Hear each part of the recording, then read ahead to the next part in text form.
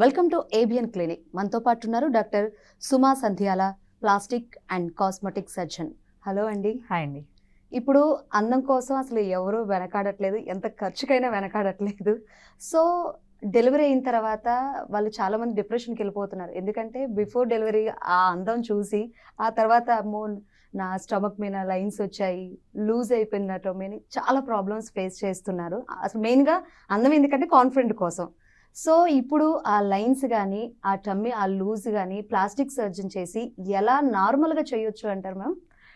So అది చాలా ఫ్రీక్వెంట్గా అడిగే క్వశ్చన్. పోస్ట్ ప్రెగ్నెన్సీలో మనకి ప్రెగ్నెన్సీని అకామిడేట్ చేయడం కోసం మన బాడీలో చాలా చేంజెస్ వస్తాయి. మోస్ట్ కామన్లీ అబ్డామిన్ బాగా సాగి అంటే స్కిన్ స్ట్రెచ్ అవ్వడం, బేబీని అకామిడేట్ చేయడం కోసం, దానివల్లే స్ట్రెచ్ మార్క్స్, తర్వాత అక్కడక్కడ ఫ్యాట్ డిపాజిట్స్ ఉండడం, ఇంకొకటి బ్రెస్ట్ కూడా to prepare for pregnancy and lactation, దానికోసం కూడా పెరగడం జరుగుతుంది. సో ఇవన్నీ చేంజెస్ పోస్ట్ ప్రెగ్నెన్సీ డెలివరీ అయిన తర్వాత కొంతవరకు మన బాడీయే ట్రై చేస్తుంది వెనక్కి వచ్చేయడానికి. అంటే స్కిన్ రిట్రాక్షన్ అవ్వడం, మళ్ళీ అబ్డామిన్ లోపలికి వెళ్ళిపోవడం, తర్వాత వెయిట్ కొంచెం తగ్గడం, బ్రెస్ట్ కూడా అంతే. లాక్టేషన్ అయిపోయిన తర్వాత కూడా it tries to get back to normal. కానీ ఒక్కొక్కసారి మనకి స్కిన్ తత్వాన్ని బట్టి, ఒక్కొక్కసారి ఎక్కువ ఎలాస్టిసిటీ లేని స్కిన్ ఉండడం వల్ల కానీ, ఇట్లాంటి వాటి వల్ల అంత మంచిగా వెనక్కి వెళ్ళిపోయే అవకాశం లేకుండా ఉంటుంది. అలాంటి వాళ్ళకి డెఫినెట్గా హెల్ప్ చేయొచ్చు.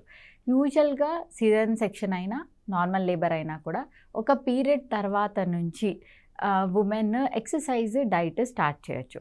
సో డ్యూరింగ్ పోస్ట్ ప్రెగ్నెన్సీ ఫేస్లో, పోస్ట్ పార్టంలో ఫీడింగ్ కూడా ఉంటుంది కాబట్టి హెల్తీ డైట్ అనేది ఇంపార్టెంట్.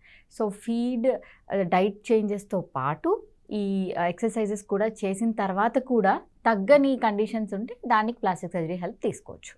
చాలామందికి ఇప్పుడు అవేర్నెస్ వస్తుంది సోషల్ మీడియా త్రూ, కానీ అవేర్నెస్ వచ్చినా కానీ ఎక్కడో చిన్న భయం అనమాట.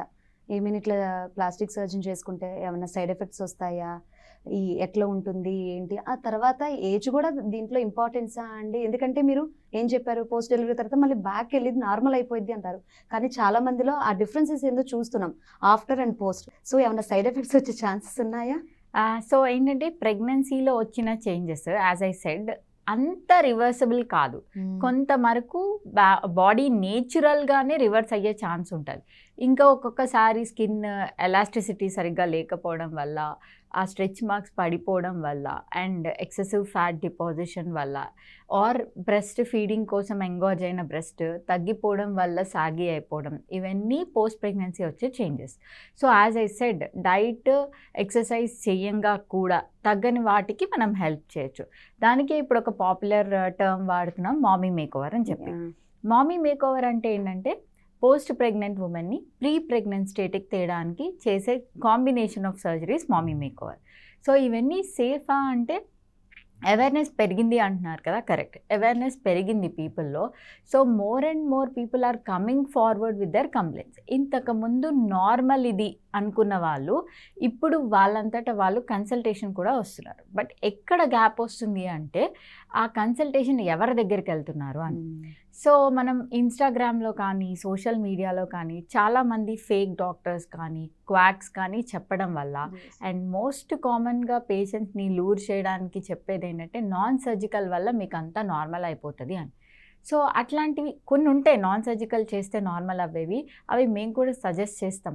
కానీ కొన్ని ఏం చేసినా కూడా తగ్గవు. సో అన్నెసరీగా వాళ్ళకి రిజల్ట్ రాకపోవడం పోయి లేనిపోని కాంప్లికేషన్స్ వస్తున్నాయి.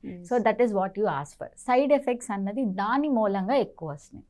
నార్మల్గా ఈ సర్జరీస్ అన్నీ బోర్డ్ సర్టిఫైడ్ ప్లాస్టిక్ సర్జన్ చేస్తే అప్రూవ్డ్ సర్జరీస్ ఇవన్నీ ఎన్నో ఇయర్స్ నుంచి, సెంచరీస్ నుంచి దీనిలో నుంచి చాలా ఇన్నోవేషన్స్ తెచ్చుకొని మార్పులు చేసి సేఫ్టీ ప్రోటోకాల్స్ని ఫాలో అవుతూ అట్లా చేస్తున్న సర్జరీ. సో ఇవి basically everything is safe but when done by a board certified plastic surgeon. మీరు అన్నట్లు మామీ మేకోవర్ అనేది ఇప్పుడు చాలా ట్రెండింగ్లో ఉంది. అట్ ద సేమ్ టైం ఇప్పుడు ఏజ్ పెరిగే కొద్దిగా ఎవరైనా మనం యాక్సెప్ట్ చేయాల్సింది. మన స్కిన్ అనేది లూజ్గా కనిపిస్తూ ఉంటుంది, ఆ సాగినెస్ కనిపిస్తూ ఉంటుంది. కానీ చాలామంది ఇప్పుడు ఇన్స్టాలో డాక్టర్స్ ఎవరో సజెస్ట్ చేశారని ఆ సిరం యూజ్ చేస్తారు, ఈ సిరం యూజ్ చేస్తారు. సిరం వల్ల ఎంతవరకు యూజ్ ఉంటుంది? అట్ ద సేమ్ టైం ఎప్పుడు ప్లాస్టిక్ సర్జరీని మనం అప్రోచ్ అవ్వాలి అంటారు? సో ఏజింగ్ స్కిన్ అనేది వేరే డిఫరెంట్ టాపికే. Yes. ఏజింగ్ విత్ ఏజ్, తర్వాత మ్యాసివ్ వెయిట్ లాస్, తర్వాత ఎవరైనా పోస్ట్ ప్రెగ్నెన్సీలో సాగింగ్, ఇట్లాంటివి చాలా రకాలుగా రావచ్చు.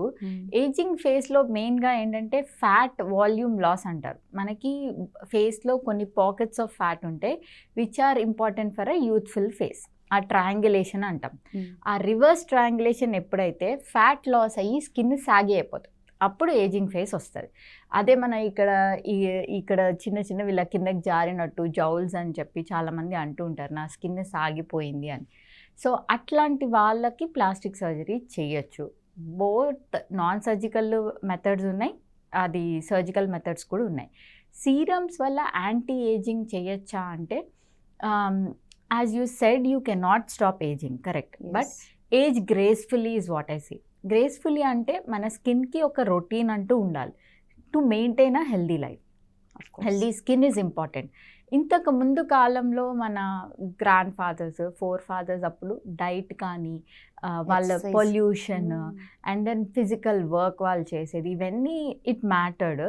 సో వాళ్ళకి ఇంత కేర్ తీసుకోవాల్సిన అవసరం పడలేదు. బట్ చేంజింగ్ టర్మ్స్ ఇప్పుడు ఉన్న దాంట్లో మన ఫుడ్ హ్యాబిట్స్ తీసుకున్న చాలా జంక్ ఫుడ్, అడల్టరేటెడ్ ఫుడ్ తింటున్నాం, పొల్యూషన్ అండ్ స్ట్రెస్, చాలా వర్క్ స్ట్రెస్ ఉంటుంది అందరికీ. సో దీనివల్ల ఎర్లీ సైన్స్ ఆఫ్ ఏజింగ్ వస్తాయి. అందుకని ఈ సీరమ్స్ వాడినా, క్రీమ్స్ వాడినా, ఏదన్నా కూడా స్కిన్ హెల్దీగా మెయింటైన్ చేయడానికి చేయొచ్చు. సో వీటిలో కూడా ఏజింగ్ కంప్లైంట్ ఉన్న వాళ్ళు ఏదర్ నాన్ సర్జికల్ కానీ సర్జికల్ కానీ ఆప్ట్ చేయొచ్చు. కానీ ఎనీదే ఆ బోర్డ్ సర్టిఫైడ్ ప్లాస్టిక్ సర్జరీ కలిస్తే వాళ్ళు అడ్వైజ్ చేస్తారు.